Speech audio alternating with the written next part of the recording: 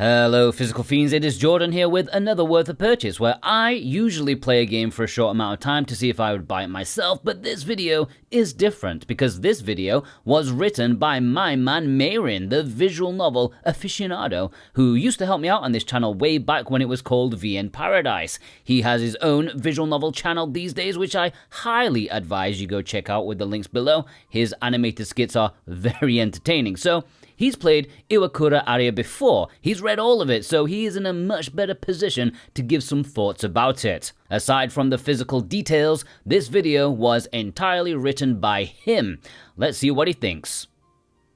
When it comes to console visual novels, few developers are as recognizable as MAGES, known for their highly successful and critically acclaimed science adventure series. However, it's actually rare for them to release a title that isn't a spin-off/sequel of an existing IP of theirs or some sort of anime tie-in, but that is precisely the case for Iwakura Aria. The question now is, does this brand new title live up to their long-standing reputation? This is releasing in English on PC and Nintendo Switch digitally, but there is a physical Nintendo Switch release, which I have linked down below in the description and pinned comment if you want to buy it and support this channel in the best way possible. Set in Japan, 1966, the story of Iwakura Aria begins with the young orphan Ichiko being suddenly taken in by a wealthy and dapper-looking man who was impressed by the paintings she was trying to sell, offering Ichiko a place to stay in his Western-style manner.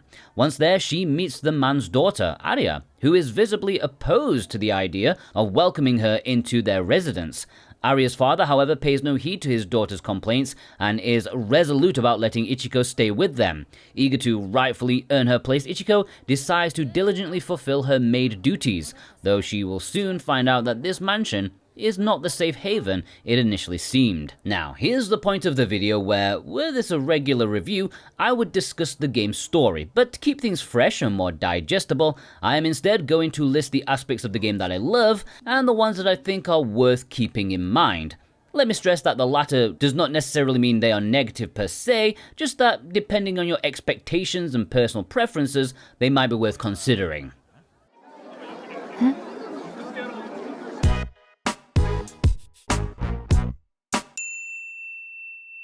Starting with what I consider to be the central pillar of this title, the titular Aria herself. The game excels at portraying her as a mysterious yet compelling individual. It's honestly hard to figure out what's going on in her mind, but right from the start you can tell that there's something off about her.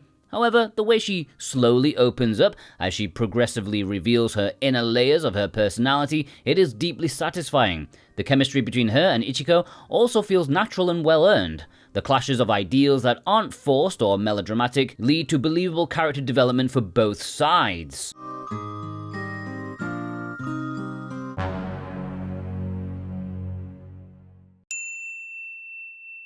Okay, this is something I feel like I need to get out of the way, since every time the game is brought up, there's gonna be at least a comment or two comparing it to The House in Fata Morgana. Sure, the two have some points in common, such as the manor setting or the realistic art style, but the similarities pretty much end there. If you go in expecting a similar type of story, you are going to be quite disappointed. You need to keep that in mind. At its core, Fata Morgana is a plot-driven visual novel, whereas Iwakura Aria is a character-driven visual novel. If you want a closer point of comparison, then think of a single heroine visual novel such as Planetarian, Narcissu, or Lupus. Although if I were to pick a character with a similar personality to Aria, I think Toko from Kara no Shoujo would be the closest fit.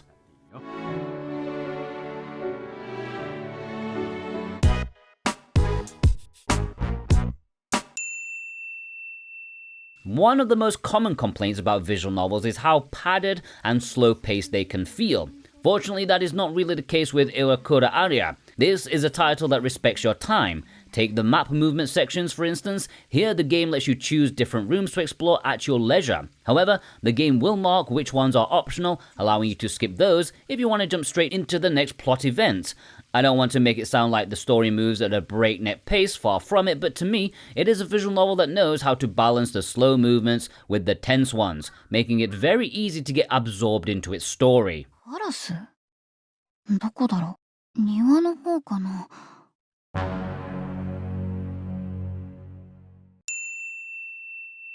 I'm guessing most people, after seeing that the main duo consists of 2 girls, they will instantly label this as a Yuri VN. And yeah, it does admittedly have some intimacy-filled moments, but I definitely wouldn't say that it's the focus of the story. Instead, the 2 of them develop a very unique kind of relationship that, to be honest, I personally consider one of the game's biggest strengths. Just don't expect an ordinary romance story because it's actually something more interesting than that.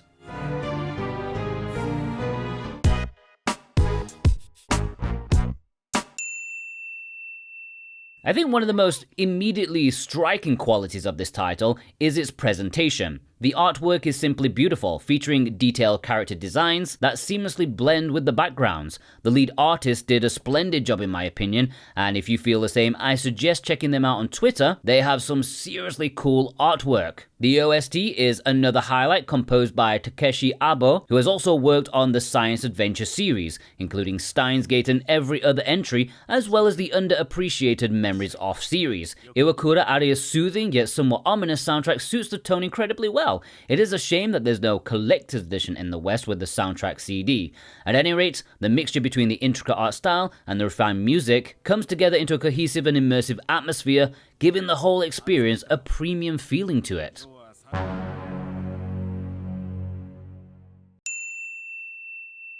Probably the aspect of the game that has received the most criticism in its domestic market was the ending. I won't deny that I initially felt like it lacked a bit of punch, perhaps due to the 11 to 14 hour runtime. I think the game's modest length might either be a negative or a positive depending on who you ask, but it's something you might want to consider before purchasing. As for the ending, this is one area where you need to, once again, keep in mind that this is a character-focused visual novel first and foremost.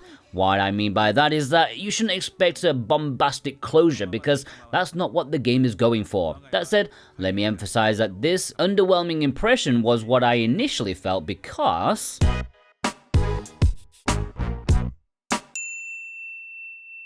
Okay, so this final point is actually closer to a personal interpretation of the story than an objective observation, but I'm like 90% sure it's something the game is strongly hinting at. I can't get into details here obviously since I would be essentially spoiling the whole thing, but this is a visual novel written with a deep layer of symbolism.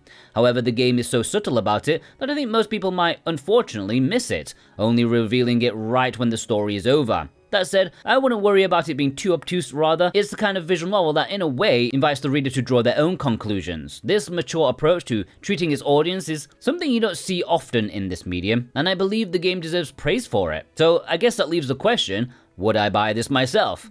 Well, he already bought the Japanese collector's edition and does not seem to regret it. I would say, if you are already a fan of visual novels, especially the subdued and introspective kind, Iwakura Aria is a safe bet. However, if visual novels put you to sleep the millisecond you boot them up, this will not change your mind. On the other hand, I can see Iwakura Aria being a decent enough entry point to the genre for newcomers. The pacing feels tight, it has a concise narrative focus, and the strong character writing makes it an engaging read. I wouldn't say it's a top-tier visual novel within the Switch's library, but it can certainly make a solid addition to your collection.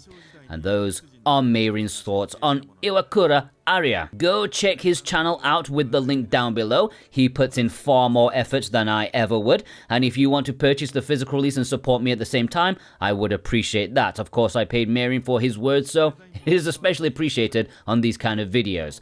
I hope you all have a fantastic day and take care.